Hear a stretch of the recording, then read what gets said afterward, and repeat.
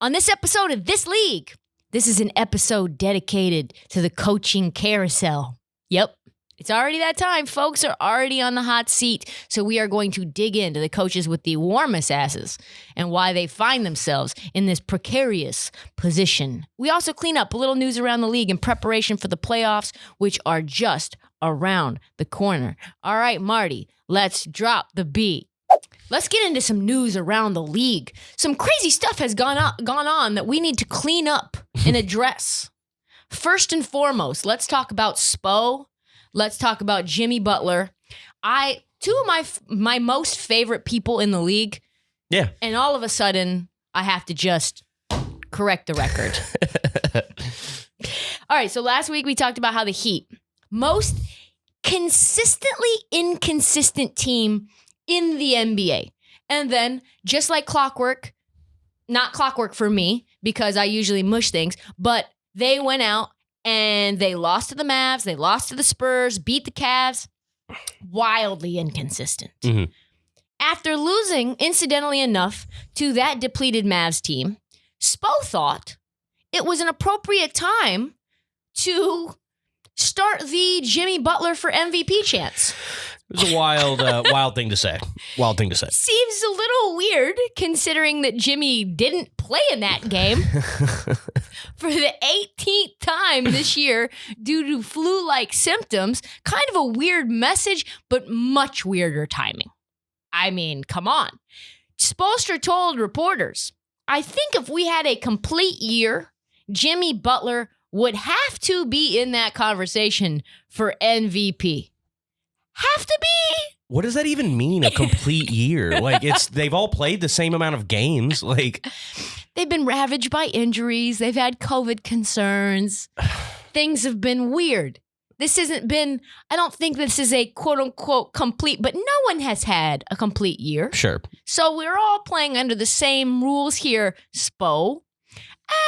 Don't know if we could say Jimmy Butler should be in the MVP conversation in any way. I am here for MVP chatter if it makes sense. Please make it make sense for me, Spo, respectfully. Can we just talk about what an MVP means for a second? We've talked about it before, but let's, under this context, break it down. Like I said, I love Jimmy Buckets. I love Erik Spoelstra. I think Spoelstra's probably number one coach in the league. So huge fan of his opinions, his mind. It made me even question my own reality for a second. Like, am I seeing the same things? I can't let this go unchecked. Yeah. Just cannot. MVP must play a certain amount of games, correct? In order to be considered MVP, you got to play the majority of the season, no? Definitely. I would be curious what the least amount of games an MVP has played. It couldn't be less than like 72. Yeah, I would say that's probably right. Jimmy Butler has missed a quarter of the season. Yeah. And he's not only missed a quarter of the season, he's missed those games in 6 different stretches. So it's not like he hurt something and then came back. It's you've been gone on and off out of the roster the entire year. We cannot rely on you. You cannot be valuable to our franchise if we don't even know if you're going to be there. The day that Spo is saying we should be giving him MVP consideration, he didn't play. What are you talking about? Okay, black mark there. Right? Mm-hmm. Black mark. The Heat currently at 9th in the East. Black mark. Right? Yeah. After being the Eastern Conference champion. Yeah. Correct. Black mark. Buckets. Let's talk about his stats for a second. 22, 7, and 7. That is all-star basketball. Yes. No shade. Those numbers are far from MVP numbers. Are they not? Yeah. They're definitely not up there, especially when you compound it with team success and all that. No, it's not there. No. Let's look at another player who is in the play-in tournament that is balling, or the leader of that franchise. His name is Wardell Stephen Curry. You might have heard of him. He is averaging 32, 6, and 6. 36 points a game in his last 10, and no one seriously is considering him for MVP. No one. No. Like, there's not a chance in hell he will win MVP, and he is playing much better, much more consistently than Jimmy Butler. I mean, what are we doing? Yeah. Steph still has better odds in a lot of sports books than CP3 to win MVP. I thought that was interesting. Did it make you furious? No, it was just interesting because, I mean, I feel like Vegas now, I mean, they've already kind of given it to Jokic. Like, he's like negative money now. But yeah, I just thought that was interesting. If I was a Suns fan, I would be a little upset about that. Not going to lie. I mean, we just have to stop the madness with this MVP conversation. I think in a weird year, everyone just wants to be like, maybe I'm the MVP. No, I'm the MVP. It's like every week there's a new like flavor of the month, like MVP candidate. Yeah, and I think people are literally just saying, this is the first year I've heard so many people declare. I declare I am the MVP of the league. Dame has done that. Embiid has done that. Who else has done that? James Harden has done that. Yeah. Fucking Julius Randle has done that. I forgot about the Harden run for MVP for a while there. Yeah. And that was like, well, maybe Kyrie. I mean, there's just been too much talk of it. We just need to give it to Jokic. We all know it's Jokic's. We know it. Yeah. Especially Vegas, after the injuries kept him in. Yeah. Come on now. So please stop the madness. No more MVP declarations. At this point, it's just coaches trying to like fillet their star player into getting some goodwill for them for some ungodly reason. Maybe it's like to give Jimmy Butler like, listen, Jimmy, you are the MVP. We love you. You need to get us to the back of the fucking finals again. Like, play like an MVP if you are an MVP, you know? Get your big face coffee on. I don't know. It's been 6 consecutive weeks since Jokic has been number one and has not wavered by like any measure. So I don't know. I think we just need to end it. Just end it now. I'll be excited when it's over. Yeah, me too. All right, a little bit of Melo news. Moving on. Carmelo this week became one of the top 10 greatest scorers in the history of the NBA. So you now, all the Melo haters, I can now say Melo, top 10 scorer, and you can't fucking say a goddamn thing to me. No. It's now a fact. Top 10 scorer, Melo. Mm-hmm. When asked what this meant to him, Melo said, top 10 in anything of all time is a special moment. I do not want to take this moment for granted. I do not want to downplay it. I'm excited about it. I'm blessed to be able to accomplish this in year 18. I think, though, that's what people should look at. I am in my 18th season playing professional basketball at a high level. Man, he is old as shit. He is so dusty, and he is still a fucking bucket. I tell you what. Mm-hmm. Man. So we've talked about Melo a lot before about how good and his resurgence and his gratitude for the game, how that basically revived in Portland. But Jim Boeheim was recently talking about Melo a couple of days ago, and I thought that it was really, really interesting what he had to say. He said, right now, because Melo's only playing 20 minutes, that Melo might be currently playing the best basketball of his life. Okay. Because Melo is better in doses. Yeah. You disagree, or how do you feel about that? You think again, Denver Nuggets? This is more coach speech. Like, why do you have to throw hyperbole out there? The best basketball of his career? No, he averaged 30. Like, this isn't the best basketball of his career. But I do get that playing him in spurts has energized him now. Like, he's definitely, he's a better player now getting 20 minutes a game than he would be if you were to throw 35 minutes a game at him. For sure that. Yeah. I wonder why he said that. I'm wondering if this is like part of, I'm a cynical human. I think this is part of Jim Boeheim trying to get Melo paid and also trying to get him maybe to a new destination, possibly. As a Blazer fan, I don't want to see that, but Melo loves Portland. Melo does love Portland, but you know where also Melo loves? New York. He does. And now the culture is changing and they need some depth, possibly a bucket getter. Sometimes, like I've said before, the Knicks struggle to score, and Melo does not struggle to score. that has always been the case. But Boeheim sort of kind of hinted at a New York connection because he said, listen, when Melo was in New York, everybody was hating on him for being inefficient. He was a statistical nightmare. But really, the offense in New York was so bad that they would give Melo, and this is true, they would give Melo the ball with like 6 seconds left on the shot clock and be like, go get us a bucket. And he would be double teamed, and everyone's like, why isn't he shooting 55%? Yeah. It's like, well, no one would be able to shoot that efficiently when you give them the ball with like everyone knows what they're about to do. Mm-hmm. He said actually during Melo's era in New York, Melo lobbied for a coach that would give them accountability, a tough, hard-nosed individual. Do you know who that coach Melo was lobbying for was? At the time? At the time. I mean, Thibodeau fits the bill. It was Tom Thibodeau. And I tell you what, Phil Jackson put his fingerprints all over that and said, no, that is not the case. So in 2016, Melo told the New York Daily News he was tired of hearing them. This is the best. Yeah. I'm tired of hearing the word triangle. And I really want a tough-minded coach like Tibbs. And Phil Jackson wanted Kurt fucking Rambis instead, who only coached 28 games before getting fired. He's a goofy motherfucker. He was so goofy. Melo went through 6 coaches in 7 years. And Melo was the problem in New York. 6? That's the number? 6 coaches in 7 years. Jesus. So after wandering around the NBA wilderness, maybe it's time to go on home. He found a home in Portland, found a role that suits him perfectly, but this year he's a free agent in the offseason. And so now I believe the news that I feel is sort of in the rumblings is that Boeheim's trying to get Melo back to New York and telling the world he's playing the best basketball of his career. Right. So then he can reunite with Tibbs. Also, the fact that he talked about lobbying for Tibbs, is playing into Tibbs' ego perfectly.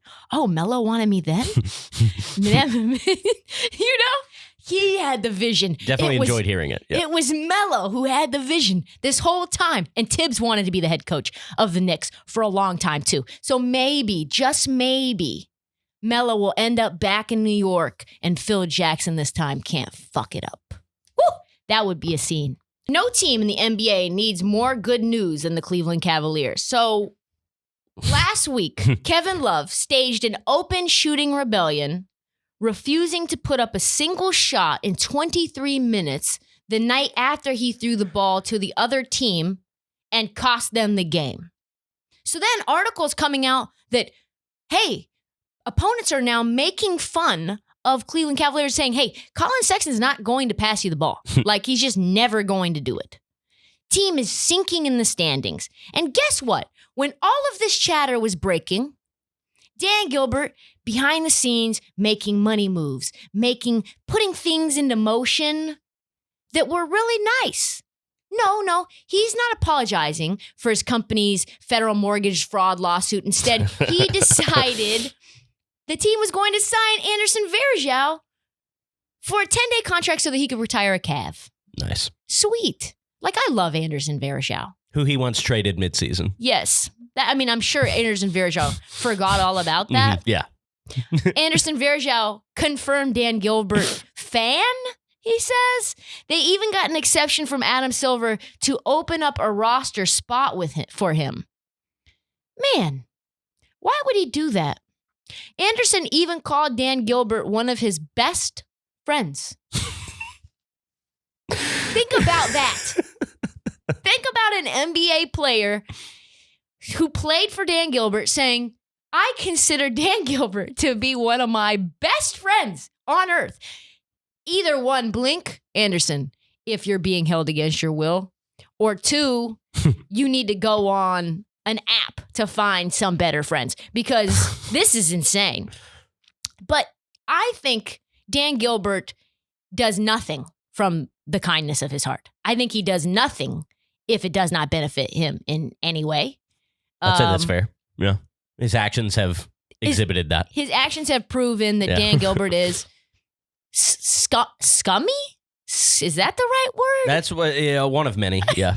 Scummy? Just bad. Yeah. All the bad, all the negative adjectives. Yeah. So a 2,000-word article came out in the Akron Beacon Journal about him. 2,000-word article about Anderson Varejao's return to Cleveland.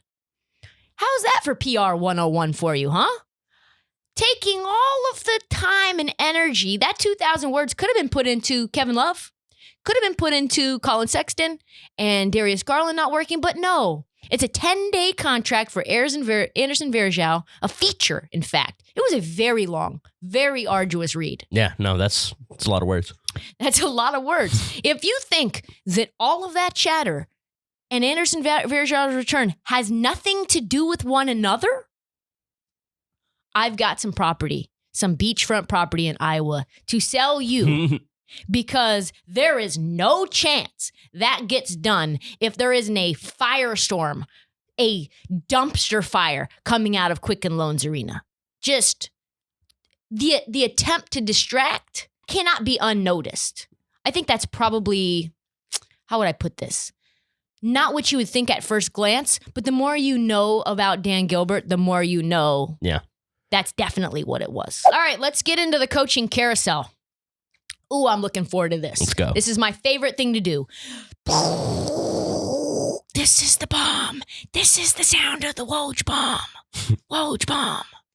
Man, when Woj drops a bomb, it reverberates around the league. Players, coaches, media members. Like, no one was talking about the Indiana Pacers. No one. Especially when they come, like, at a time where you're not really expecting one. That one came at 11 p.m. on a Tuesday night. And it was like the world, everybody in the Pacer organization, coaches, players, they're having a problem with this head coach, Nate Bjorkgren, and his job is in jeopardy. What? They just hired Nate Bjorkgren. Why are we talking about him being on the hot seat? This is not something I expected, not something that the world expected. Apparently, though, this has been like a secret kept around the league. Like every media member knew about this and just didn't want to report it. They were the most under the radar team in the league, a team that they beat the Oklahoma City Thunder by 57 points and no one reported it. Yeah. It was like if a tree falls in a forest and no one's there, if the Pacers beat the Oklahoma City and no one reports it, did it happen? Like that's basically what it was. And then boom, Woj bomb. This is the sound of the Woj bomb. And then it was like article the next day, 2 days ago, article after article after article. I mean, I swear there was 15 articles written about this. Yeah. Multiple podcasts about Nate Bjorkgren. If you're a Pacer fan and you are all about your team getting the spotlight is on you now in the worst possible way. You're like, oh man, Indiana, nobody talks about us, no matter how good we are, no matter what. They just won't talk about us. You are being talked about now. Yeah, when it's bad, they will. I tell you what, man, trouble in the heartland. So Nate Bjorkgren, for those who don't remember, is a Nick Nurse disciple. He has been with Nick Nurse before Nick Nurse was ever a head coach in the NBA. When he was the head coach of the Iowa Energy, Nate was his guy. That is literally, that's the truth. Really? They went down, and I mean, I didn't make that up. So Nick Nurse basically went to Iowa from Europe and saw that Iowa had no G League team and pitched the G League Commission, I guess you could call it, on creating a team there. And they said yes. And so Nick Nurse brought in Nate, who he had known for a long time, to basically create this team from scratch. Him and Nate went into a basement and would spend 15 hours a day just drawing up plays. One time they spent like multiple days in a basement just out of bounds plays only for a binder. Just only out of bounds plays. That sounds kind of fun, honestly. It does. But a guy like that is willing to go into total darkness with another man and only draw up out of bounds plays, eating pizza boxes, never leaving, is not exactly, I would say, maybe the most social man, maybe Probably the not. most charismatic leader. Yeah. So basically, he gets hired to take over for Nate McMillan, who's one of the most stale, slow-paced, non-modern NBA head coaches. And that's no shade to Nate McMillan. He's doing a tremendous job for the Pacers or for the Atlanta Hawks right now. But Pacers wanted it changed. So they bring in this Nick Nurse disciple, this X's and O's nerd, right? Mm-hmm. And it hasn't worked out great so far. It's been Yeah. It hasn't been bad. No, it's been kind of a wash. It's been kind of like an up and down year. There's been times where I'm like, oh, Indiana looks dangerous. Other times where I'm like, they're really nothing. But I haven't been like, this season has been a failure. It's been a disappointment, but I mean, COVID and like injuries, no fans, games are being canceled. Like, I just feel like you can't really evaluate anyone. Yeah, and they're still in the play-in, so yeah. I would say a wash. I mean, the Pacers were a playoff team last year. I know, yeah, I know. So there was a drop-off, but you can't really tell. At one point, they were 4th in the league.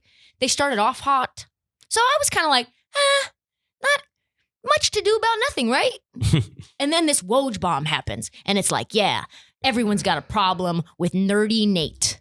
He is considered, according to these reports, I mean, it was a damning report. Micromanaging, controlling, abrasive, over-communicative. Players and coaches say he's just generally difficult to be around. Man, like I said, a guy spending 15 hours a day drawing up these plays in a basement, that's just the out of bounds. Who knows how many other days were spent creating other binders, right? Analytical guys like that, they just typically, these big brain guys, they're not easy to get along with. They're smarter than almost everyone that they're around, and they let people know it. You know what I mean? Oh, yeah. Like people that are not exactly warm, focused on the work. So, yeah, I'm not shocked that is a little bit cold, but he's really, really smart. I know that he probably is the sort of guy that has a hard time letting go of control. Because when you see incompetency, or you see that there's a potential for incompetency, you're like, fuck it, I'll just do it myself.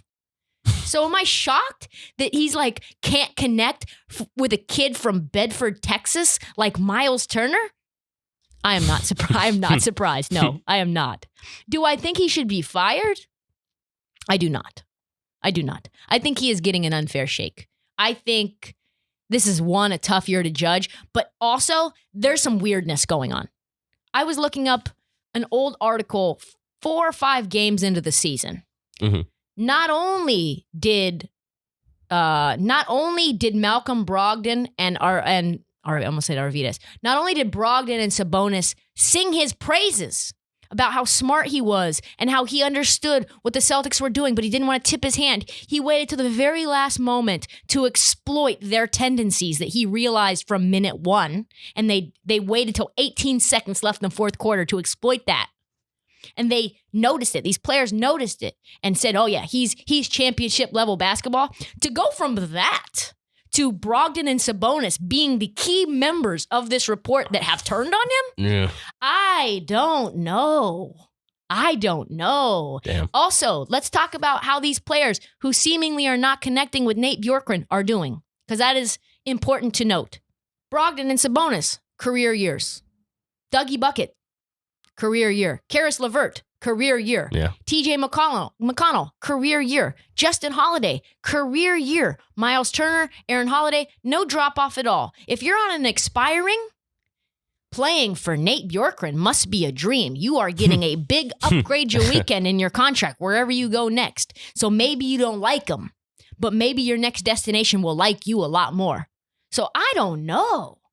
By all accounts, smartest X's and O's guy in the league, getting every single player on the roster to have career numbers? Yeah, says a lot. Says quite a lot.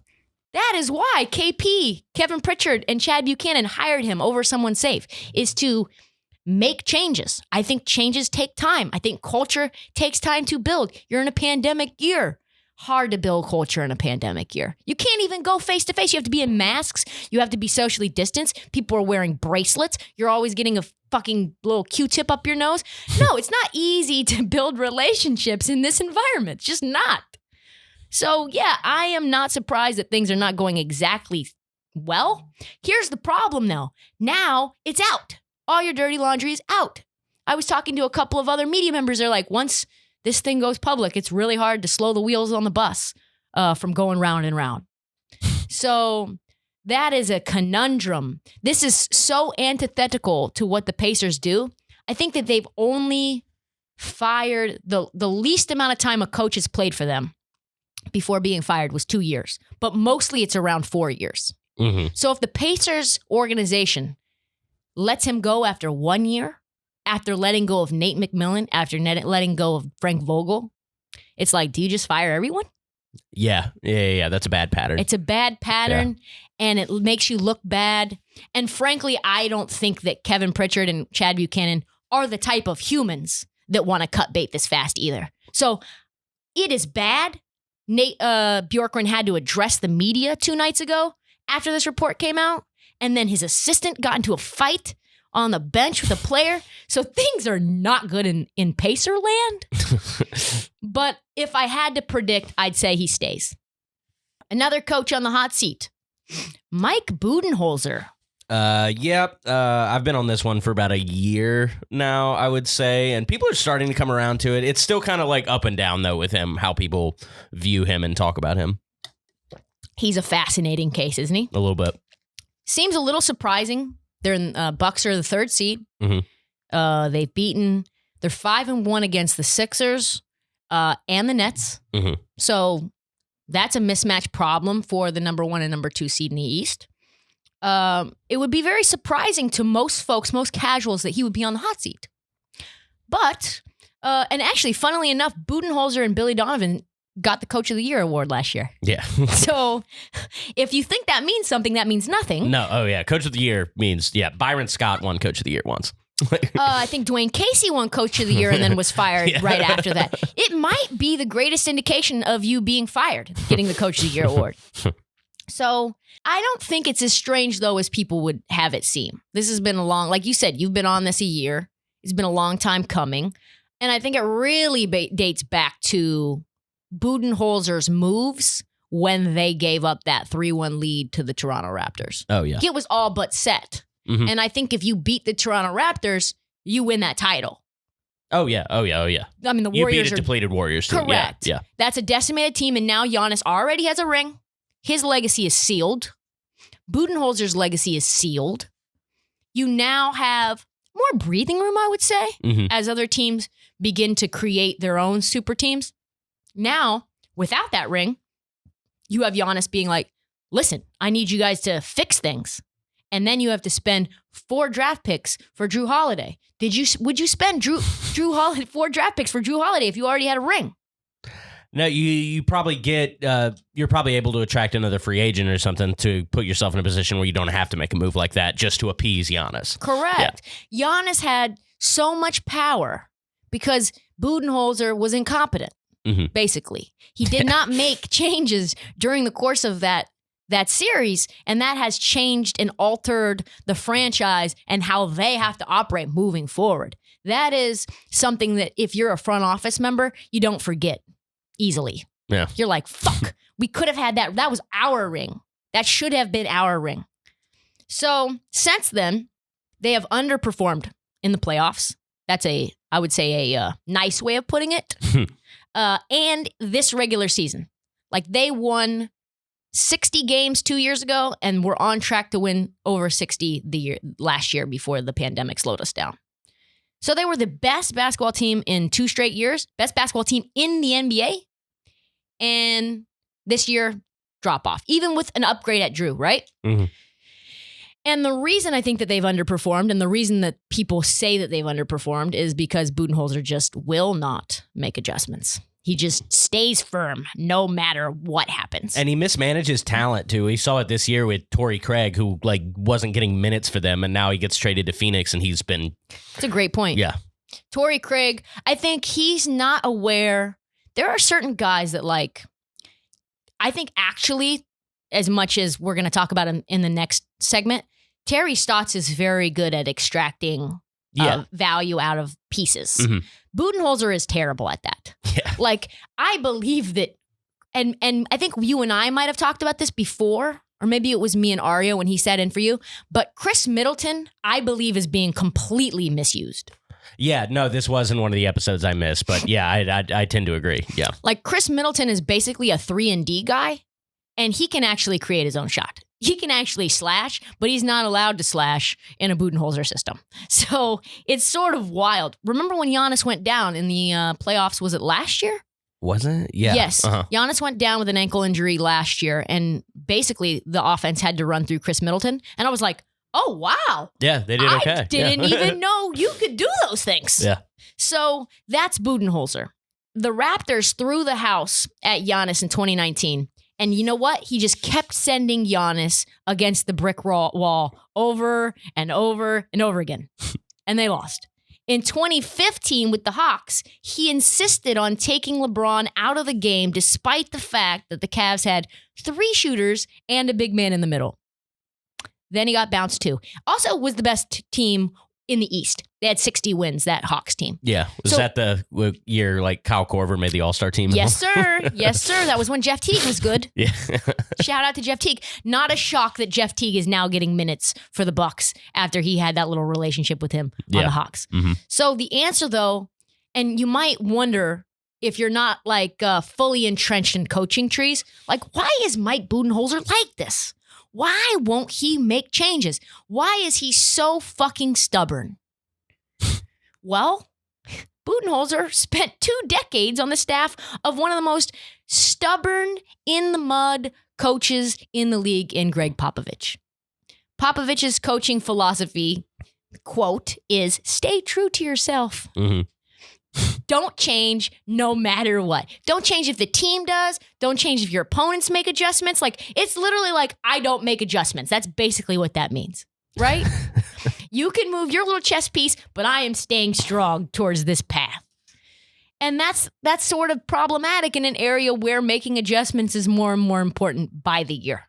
Fluid offenses. You literally have teams that design their roster for sort of versatility in terms of how they're going to match up with you and how they're going to game plan and run their offense. If you have one way of doing things and they have 5 ways of doing things, they're just going to find that matchup that you get exploited and you will lose. That's just the way that it will go. Yeah, typically. An anonymous exec described Popovich and his coaching tree as follows. My guess is they need to adhere to that principle because that's how coaches are.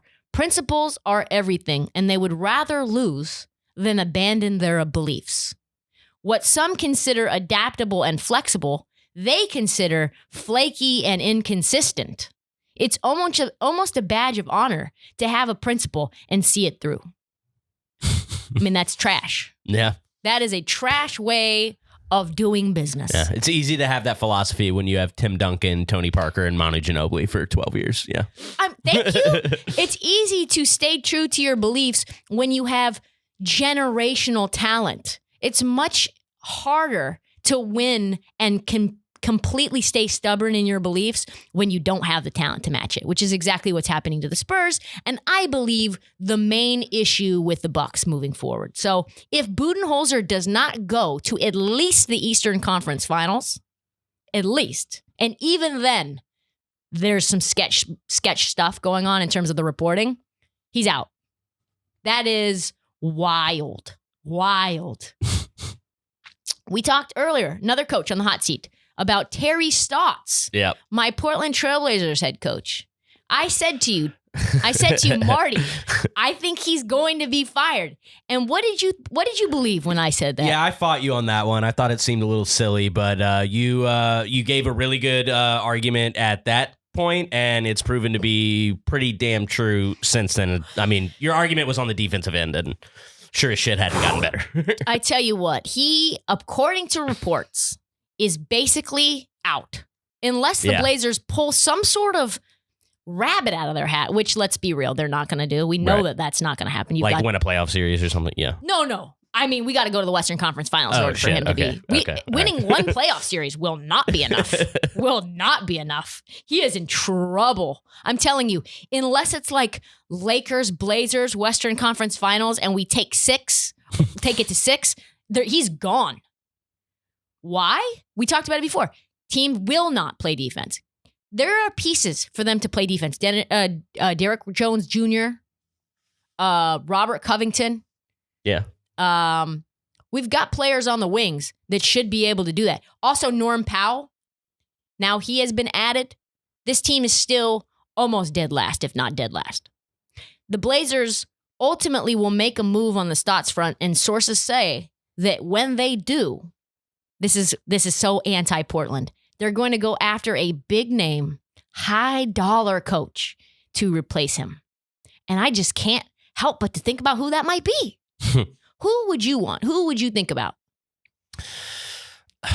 I'm always so bad at this because I prefer to go after like a young assistant or something than try to make a splash hire, especially because splash hires are usually past head coaches that have failed. So I don't know. Hasn't Sam Cassell been like an assistant for years and years and years? That's true. Yeah, Sam Cassell. You would think he's defensive minded. I don't know. David Vanderpool from Minnesota. Okay, yeah.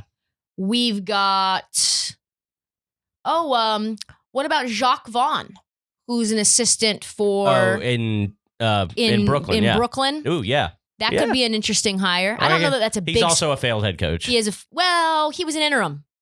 No, Orlando, I think he got the job. Oh, yeah.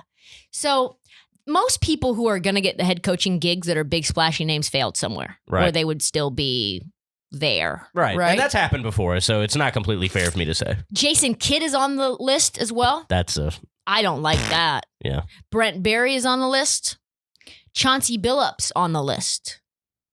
That one's interesting. I like Chauncey Billups. I think Chauncey Billups, though, would be a better GM than a coach. Well, there was those rumors that he was going to be like the Knicks GM, right? Mm-hmm. Forever. Yeah, it seems like Chauncey wants to just do every single job. Where did Borrego come from? He was Spurs, right? Yeah, so I think Chauncey Billups in that list would be the best. But all I know for sure is that I was right and that Terry Stotts is fucking gone. Another coach. This one's been on the list for a while, too. Luke Walton of the Sacramento Kings is firmly on the hot seat. Still a head coach somehow.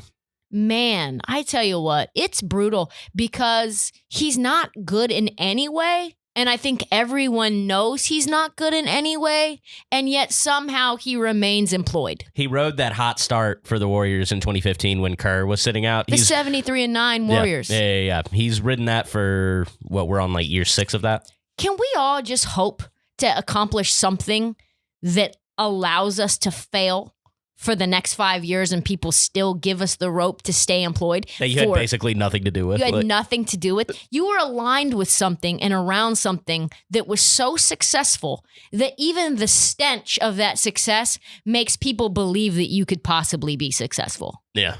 And you are not. No. You are absolutely not. And on top of that, you're getting paid handsomely for that stench to just be around. I guess stench is the wrong word. That perfume, that cologne of success to be sort of rubbing off on the Sacramento Kings organization, and it's just not. Yeah. It's just not. Nope. He has coached 5 full seasons in the NBA and has never come close to a winning record.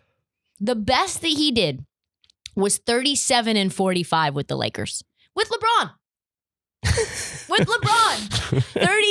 37-45 with LeBron James-led Lakers. You gotta be fucking garbage if all you can get is 37 wins with LeBron James. Let's look at this roster again. We have my man Isaac Bonga, shout out, Lonzo Ball, Michael Beasley, well, that was bad, Reggie Bullock, KCP, who's still there, Alex Caruso, who's still there, Josh Hart, Brandon Ingram, Kyle Kuzma, JaVale McGee, 3-time champion, Rajon Rondo, champion, Lance Stevenson, and Ivica Zubac. Oh, yeah. I forgot how weird that team was. I forgot they just threw Lance Stevenson in Just threw him in. Okay, 37 wins with that roster. You couldn't figure it out? Get out of here. Yep. The Kings exactly the same as last year with an even more stacked lineup. I mean, like you said, no one has more skated on someone else's success than Luke Walton. I thought maybe there was a chance that when he went 39-4 when Steve Kerr was out, that like maybe that had anything to do with him. I was like, oh, like, yeah, he's an affable guy. Like, I like Luke Walton. Yeah, he's part of the system. Yeah, like he was a Laker. He fits in. Yeah, Bill Walton's son. Yeah, pedigree. No. No, those are lies that they propagate and they brainwash you to believe. Mm-hmm. This is the machine that is brainwashing us into allowing these fucking trash coaches into having jobs and keeping jobs. Kings have the worst defense right now in a historically bad defensive year. He's struggling with lineups. They have given away a lot of close games. The big problem, though, is that the Kings have lost a shitload of money in the pandemic, $100 million. And because the Kings doing the Kings things, they did not structure it. So if they fire Walton, they can stretch that salary over time. They have to pay him an $11.5 million lump sum if they fire him. So they're losing money. They're in Sacramento. Lots of shade to Sacramento. And they would have to pay out $11.5 million in one lump dollar to Luke Walton if they fire him. So that's a lot of money to make someone go away. That is a lot of money. So I don't know if that's going to happen. The Kings are not really interested in making the playoffs anytime soon. Otherwise, they would have picked up Boban's contract when they had him on a restricted free agent deal. They are exciting. They are young. They really do deserve a coach that gives a shit about them and can do his job. How do they still have any fan support? I mean, they haven't made the playoffs in 15 years. I guess they're just selling like old 2000 Mike Bibby jerseys. That's the most loyal of the loyal. I want to meet a Sacramento Kings fan really bad and just tell them it's going to be okay. Folks, if you're listening and you know a Sacramento Kings fan personally, or you are a Sacramento Kings fan, reach out. I'd like to hear how you get through the day. Just give them a hug. But I think because of the Kings and they are cheap, they will take the cheap way out and we will see Luke Walton again next year doing the same things. He might be the safest coach on this list. Jesus Christ. He probably is. Yeah. Wild. Last one on the coaching carousel list. Scotty Brooks from I almost said Oklahoma City Thunder because it feels like that. Washington Wizards. Let's be real. I've been thinking he was going to get fired for years now. I thought last year. I thought the year before. I like Scott Brooks. I do. He's a great person. He's a big-time players coach. Yeah, no, I like him as a dude a lot, but at no point have I ever thought this guy is an elite head coach. Maybe for a minute in OKC, like at the very beginning of that run. Yeah. Correct. Before Westbrook got there, it seemed like they had made the decision. Yeah. They were just going to allow him to play out the rest of his contract and be done with it.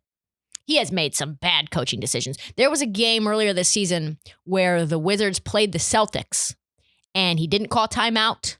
And then it ended up being like a jump ball, loose ball thing. And then he steps on the line because he slips on, Bradley Beal slips on Jason Tatum's sweat. Oh, yeah. Yeah, the sweat game. That was Scotty Brooks that lost them that game. Mm-hmm. So the Athletic said that this team getting to the playoffs was what was required for Scott Brooks to keep his job. Now, where does the play-in tournament fall into that? If you make it in the play-in and then you get into the 8th seed, is that considered an L or a W? I don't know. Who knows? So this is Brooks's last year. So even if they let him go, it's not really a firing. It's more of them like not extending him. It's like we've gone separate ways. We couldn't come to an agreement. Yeah. But here's the deal. Russell Westbrook, who by all accounts is having tremendous year, loves himself some Scotty Brooks. The only reason he came to Washington was because of Scotty Brooks. Because he lets him do whatever the fuck he wants. He said, I want to be unleashed again. That's what a person who gives you no boundaries, that's what you are, is unleashed. And he looks fucking amazing right now, and they are winning. Russell Westbrook, let's talk about it. He is now making $44 million last year. And a $47 million player option in 2022. Probably pick that up. He'll probably pick it up. $50 million. I'd say you don't let that slide. So I think actually, instead of Scotty Brooks being on the hot seat, I think he gets an extension. I mean, why not at this point? They gave D'Antoni a 1-year deal with like a 1-year option at the end of his tenure in Houston. Yeah. I think he'll get, my guess, 2-year extension. That's my guess. All right. We are done with the coaching carousel. Let's talk about, this is near and dear to my heart, honestly. I have changed my mind so drastically on this that I think now maybe I may be the greatest Russell Westbrook fan that exists. Really? I flip-flopped a lot. Yeah. He is a, how would I put it, polarizing figure in the basketball world, isn't he? Yeah. I mean, there have been points in his career where I've absolutely loved him. Like that 2017 year, I was just the biggest fan of all time. I bought Russell Westbrook socks. I was just so into him as a player. Oh, yeah, still have them. But Yeah, no, just as years go on, it's like, oh, he really doesn't bring it all for a team. But now I'm kind of back on board. Yeah. I am fully on the board. I am on the train. Man, I've got my express business class seat on the Russell Westbrook train, and I'm not getting off. I think I am now firmly not getting off the train again. Don't let me get off it. And there was a period of time in the middle of the season where Russell Westbrook had a little bit of like a slump. After he was healthy, he had a little slump. And I was talking on the phone with some friends. They were talking about Russ. And like, oh, see, Russ going back to his old ways. And I was like, no, we're not doing that. There is no more slander for Russell Westbrook this year. So when this came out, I figured we needed to talk about it. I was like, damn, I see it clear now, you know? Yeah. Like I see the haters and they're coming for Russell Westbrook with pitchforks, and I want it to stop. So we need to address it. A new article just dropped on ESPN. And once again, I mean, it did not have great things to say about him. Honestly, it was bad. The gist of it is, yes, Russell Westbrook gets stats, but he takes a lot of bad jumpers, and he doesn't help your team win. I mean, old narrative. Why is this an article that comes out? This is not news. We've known that Russell Westbrook has shooting issues. We've known that for a long time. Yeah. It's been as much of his career as like his triple doubles. We know that there are points in time where Russ is going to chuck. Yeah. And God damn it. Unapologetically chucking, which there are players I would like to see chuck more. Sure. You know, Mr. Balloon Hands, for example. So, okay, ESPN, just find a new slant. We all know this already. But the quote said, this is what was so crazy, that Russell Westbrook is an anchor that weighs down the Wizards' offense. This is the fourth best offense in basketball right now. Yeah. They scored 150 points the other night in regulation. That night, Russell Westbrook had 25 assists.